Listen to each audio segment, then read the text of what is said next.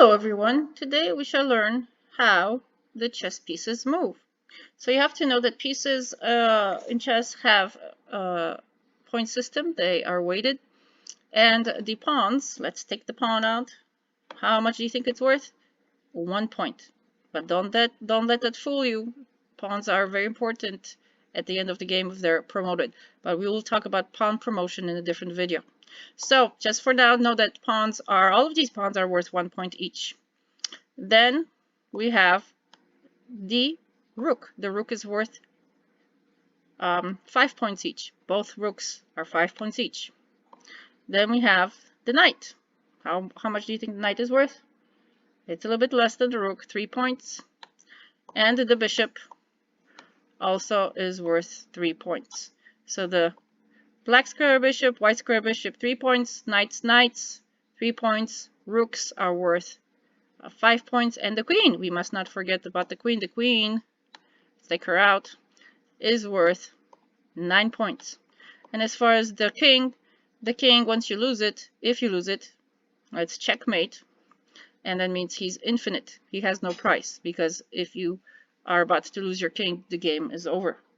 So we have the 1, 3, 5, 9, and priceless point system in chess. Now, I would garner to say that the bishops and the knights can change a little bit in value once the game goes on because of their positioning. They can be stronger depending on the position on the board, almost like at 3.5 points. So, but there's things that you should keep in mind, but don't make that your priority. Oh, I lost the point, or that is not a priority. You should, with more play, you will just intuitively know the point system in your head. Okay, so let's talk about how the pieces move. Let's start with the minor, with the pieces here. We'll take this out. I'll put these back out here so we have some space. Okay, let's talk about these pieces. The rooks are fun. They're like a laser. They go vertically or horizontally, as many spaces as they want, as long as it's clear, a clear path. Okay, if something's there like this, they can either take and have to land on that square. Okay. Okay. This is how they can move. They can take this way, or if a pawn is here, they can take that way. Okay, so they take either way, horizontally or vertically, and that's how they move, like a laser. Think of a fence. They create a fence. Okay, if it's over here, it's going to go vertically this way or that way. Alrighty, then let's talk about the bishops. You see the white square bishop will be moving diagonally in any direction, straight line, but diagonally. Has to be straight line. And it will always, the white bishop will always be on the white diagonal. The black bishop, straight line also, white the black or dark square diagonal. So black bishop always on the black, white bishop always on the white, diagonally. They can move forwards and backwards. Okay. Now we have the queen. The queen is both the rook and the bishop combined, so it can go as laser, diagonally and vertically.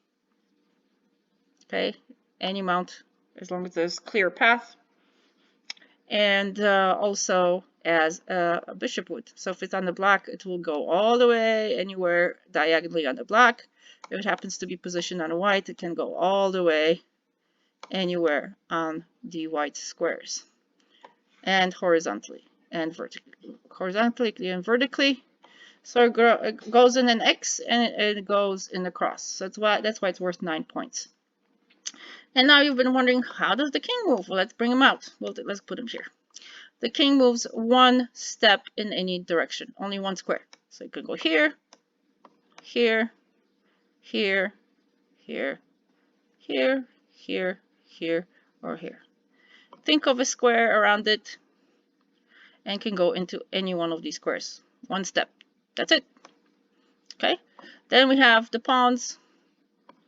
The pawns are very interesting. They are the only ones that cannot move back. They can only move forward. They're like your little soldiers. Okay. And the first move can be either one step, one square, or two steps. Okay. And they capture, like here, they're stuck. They cannot move forward. Okay. But if this one moves here, they capture in a diagonal fashion.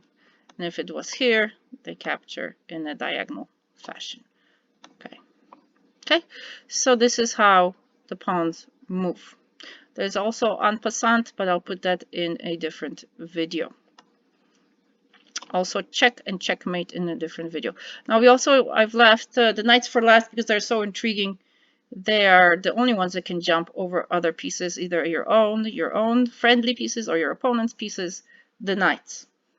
And how do they move? They move 2 steps or 2 squares up and across. I have 2 steps up and to the right and 2 steps up to the left. Let's bring it out.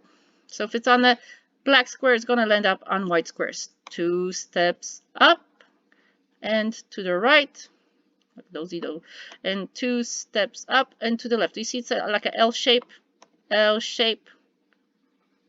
a reverse L. And they also can do the same going down. But let's move it up a little bit more so you can see.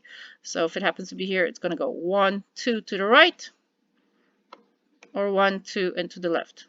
So another L and a reverse L. So basically it's kind of like a capital L. So if it's here, it can go here, here, here, here, here, here, here, or here. See how powerful it is? It's very powerful, especially in the middle squares. Now you wonder how, you might ask yourself, if you want to go to a certain square, how many jumps will it take? For example, if I want to end up here, because I want to be putting this knight into attack mode, so you have to figure it out in your head, because there are pieces. Okay, you can jump, so it would be 1, it would have to here, it's jump here, and then here. So it'll take 2 moves for me to be able to get back here.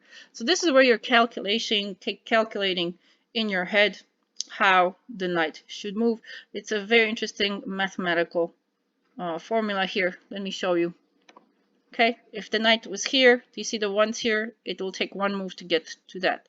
These to be next to the square here, it will take 2 moves for it to be able, like you go here and then you can go here.